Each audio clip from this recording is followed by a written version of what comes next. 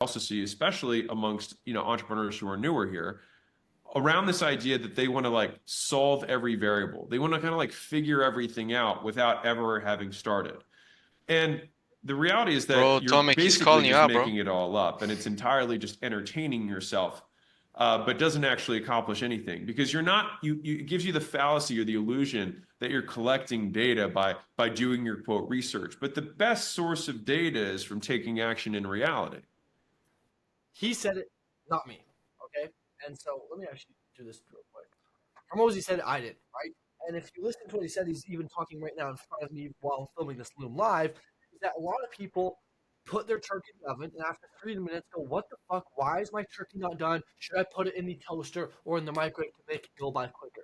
And this stems off this idea that Hormozi said that rush is imaginary. People don't typically set unrealistic goals. They just set unrealistic timelines for their goals. It's like imagining or wishing that your turkey would be cooked within 3 minutes of it being in the oven. That is just not feasible. And there's this weird thing that a lot of people just want things to happen quicker. And rightfully so, because we as humans are inherently impatient. But there's this problem, and that is that we have a hard time realizing that some things just take time. And especially in the beginning, we try and make everything so perfect. We try and figure out the service. We try and figure out the product and the offer and the guarantee and the this and the that. We try and work on every little thing but the thing that actually matters to try and convince ourselves that we're doing something and getting experience when we're really doing nothing. And earlier today, I was actually with my mastermind committee, my call, if you will, and we were going over a book that we had as homework, if you will, that we were reading the week before, which is called Chop Wood, Carry Water, one of the best books ever.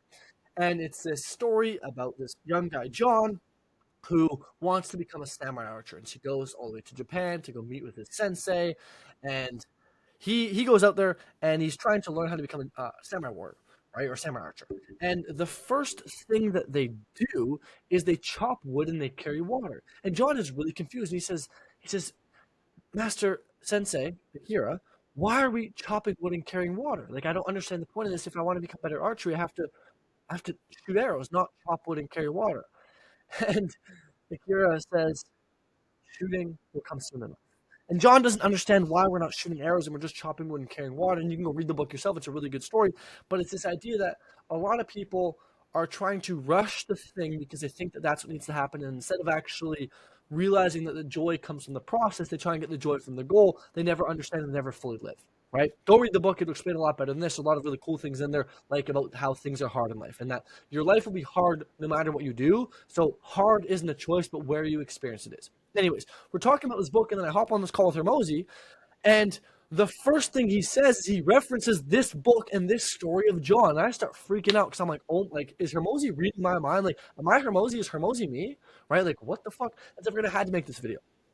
And that is this idea that in the beginning, you don't have to have it all figured out, and you won't. And there's a lot of people, I talk to people all the time, they're like, Stefan, but, like, I don't want to do my clients wrong. Of course, fair enough. I don't either. Nobody does. You shouldn't operate that way. But here's the thing. We have this idea that for whatever reason, if we sit in our room long enough and watch enough YouTube videos and read enough books, eventually we'll become really good that our first client will get really good results. But that just simply isn't true. The only way to get good at anything is by doing it. Right? Imagine if I locked you in your room at your desk, and for the next year you had to learn how to play basketball, you could only sit down and watch videos. After a year, do you think you'd be very good? You might have gotten a little bit better, but you probably wouldn't be that good. Why? Because you didn't do the thing. And so I just want this to be a reminder to anybody out there that you need to do the thing. You have to do the thing because that's the only thing that will actually progress you forward is taking action on the thing that matters.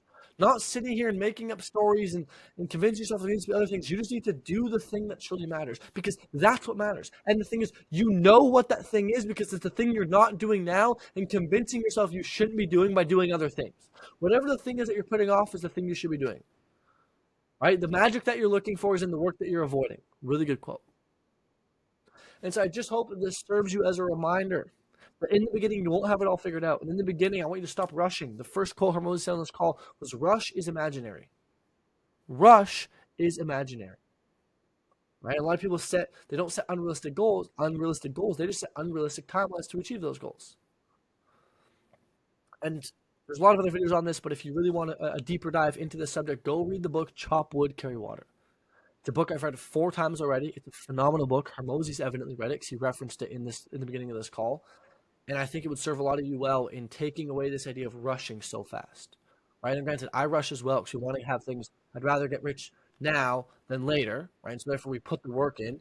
But a lot of people have to, or would be better served if they surrendered the outcome and did the actions regardless, and focused on the present now. And this is that idea that when you're so focused on the goal, you have one eye on the future and one eye on today, and you can't see what's happening today. Imagine if you're climbing a mountain, you're walking across a tightrope, and one of your eyes is looking at the goal where you're going, and one of your eyes is looking at the rope. You're gonna fall because you can't. It doesn't work that way, right? Imagine if you're driving, and one eye is looking at where you're going, right? Like looking at the goal you're trying to go to, the top of the mountain you're trying to drive to, and one eye is looking at the car in front of you. Eventually, you're gonna crash, right? Because you have to be fully focused on today. Because I'll tell you what, life isn't found in the past. Life isn't found in the future. Life is found only now in this very moment. That is where you can find life. And if you do not focus on it now, you'll never, ever truly live. You'll live a life without living. That is a horrible thing to experience. So I feel like this video has been a bunch of different lessons in one. Hopefully you've taken one of them to apply with you. But let this be a bit of a reminder that stop rushing in the sense of feeling like you need to be there quicker, but rush to do the actions. And so quote that I learned from Hormozi, who is, let's see, we'll pull him up. Because I'm still in the call with him right now. Boom, he's right here. Okay, I'm still in the call with him. He's sitting in front of my face this whole time. But the quote I learned from Hormozi is be impatient with your inputs and patient with your outputs. And patience is really just a word that means figure out what to do in the meantime. When your mother says to you, hey, be patient, I'm going to go get the groceries, she's basically just saying, figure out what to do while I'm back, until I'm back, right? And so when you got to be patient with your outputs, the thing you do in the meantime is the inputs. And so a good quote that you should apply to your life is be patient with outputs. Be patient with the outputs, but be impatient with the inputs. That whole quote changed my life, my perception on work forever, and hopefully it can do the same for you. That being said, I'm going to go back to listening to Hormozi because it'll teach me a lot more than anything else. So yeah, have a great day. And for those of you who say, oh, it's fun, you don't hop on calls with Hormozi, I do. He's here right now. I don't know if you can hear him because I have my sound muted. Let's see if I turn him up. Guess how lame that would be. I don't know if you can hear him. If you could get a guarantee, Anyways. you wouldn't actually want it. Oops. And it's the reason the gods have always envied the mortals, was because of the ephemerality. He's speaking facts now. But last thing, if you're somebody who's a young man who wants to escape the Matrix, do me a favor, click the link down below. There's a place you can join my free call. It's fucking awesome. We hop on calls like this all the time and learn stuff from Hormozi and the greats to make a bunch of money. So yeah. Peace.